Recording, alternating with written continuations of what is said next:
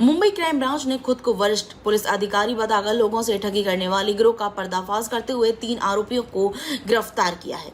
आरोपियों पर फर्जी सरकारी पहचान पत्र और पुलिस नंबर प्लेट लगी कार का इस्तेमाल कर लोगों को बैंक से लोन मंजूर कराने का झांसा देकर पैसे ऐंठने का आरोप है।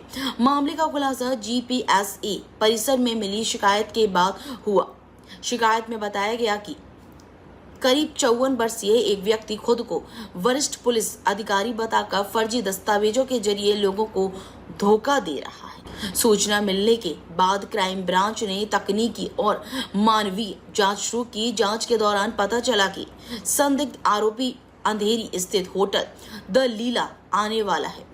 इसके बाद पुलिस ने जाल बिछाकर 26 जून 2026 को होटल के बाहर भूरे रंग की टाटा पंच कार MH12XH9447 में सवार 3 आरोपियों को गिरफ्तार कर लिया। पुलिस ने आरोपियों के कब्जे से फर्जी सरकारी पहचान पत्र, वरिष्ठ पुलिस अधिकारी होने का दावा करने वाली कई जाली दस्तावेज और पुलिस नंबर प्लेट लगी कार बरामद की। इस संबंध में सहार पुलिस स्टेशन ने भारतीय न्याय संहिता बीएनएस की विभिन्न धाराओं के तहत मामला दर्ज किया है। पुलिस के अनुसार गिरफ्तार आरोपियों में से एक के खिलाफ पहले से भी धोखाधड़ी और जालसाजी के कई मामले दर्ज हैं। मुंबई पुलिस ने नागरिकों से अपील की है कि यदि कोई व्यक्ति खुद को पुलिस या सरकारी अधिकारी बताकर पैसे की मांग करे या किसी काम के बदले धन मांगे तो उसकी पहचान की पुष्टि करें और तुरंत पुलिस को सूचना दें। आमच्याकडे कंप्लेन आलेले होते। एक इसम आहे जे स्वतःला वरिष्ठ पोलीस ऑफिसर सांगतात आणि तो त्यांचे तशा प्रकारचे दाखवून लोकांची फसवणूक करीत आहे।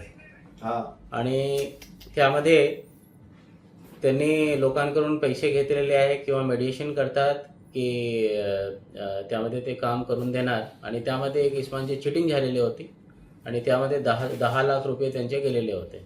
त्यानंतर आम्ही खात्री केले आणि हा इसमावर आम्ही ट्रॅप लावले। तर काल ते लीला हॉटेलला तो आणि अजून दोन इसम त्यांच्यासोबत आम्ही पकडलेले आहे। त्यांच्यावर गुन्हा दाखल केलेले आहे। ते गुन्हा पुढील तपास युनिट 1 करीत आहेत आणि त्यांना कोर्टमध्ये प्रोड्यूस केले। आज माननीय कोर्टने त्यांना 4 दिवसची पोलीस कस्टडी दिलेली आहे।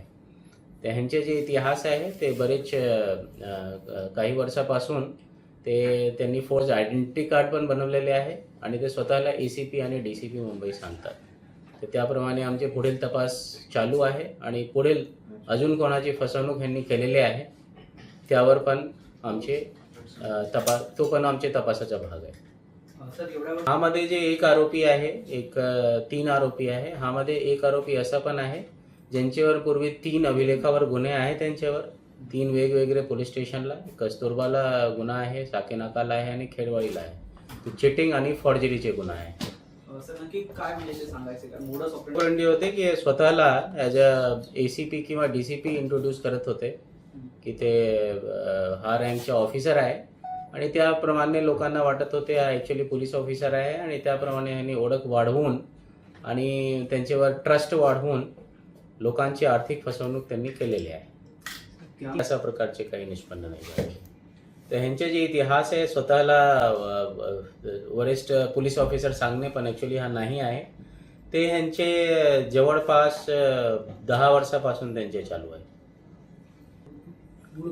मूळ हा जे एक आरोपी आहे ते सांगलीचा आहे आणि दुसरा आरोपी पण सांगलीचा आहे। तिसरा जे आरोपी ते मुंबईचे आहे।